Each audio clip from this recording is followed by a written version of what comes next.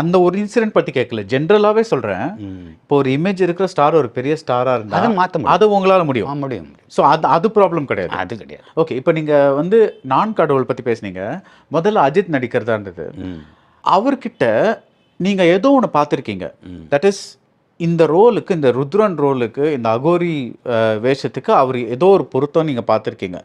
மற்றவங்க அது மட்டும் பார்க்கல. பிகாஸ் அவர் அது மட்டும் நடிச்சிட்டு இருந்த ரோல்லாம் ஒரு மாதிரியான ரோல், இதை கொஞ்சம் ஆக்ஷன், ரொமான்ஸ் அந்த மாதிரி பண்ணிட்டு இருந்தாங்க. ஆனால் நீங்கள் அவரை போய் இந்த மாதிரி ஒரு ரோலில் பார்க்குறீங்க. What did you see Ajith கிட்ட, இவர்கிட்ட நீ இந்த ரோலுக்கு ரொம்ப பொருந்துவாருன்னு உங்களுக்கு எப்படி தோணுச்சு? பொருந்துவாருங்கிறது ஒரு பொருந்த வைக்கிறது என்னோட வேலை. ஆமாம், 2 பேருக்குமே பரஸ்பரம் ஒரு படம் சேர்ந்து பண்ணிடணும் அப்படின்ற ஆசை இருந்தது. அது நிறைவேறாமல் போயிடுச்சு. அப்படின்னா யார் வேணா எந்த ரோலில் வேணா, டைரக்டர் கான்ஃபிடன்ஸ் இருந்தால் யார் வேணா எந்த ரோலில் வேணா பண்ணலாம். அது உங்களுக்கு இருக்கு.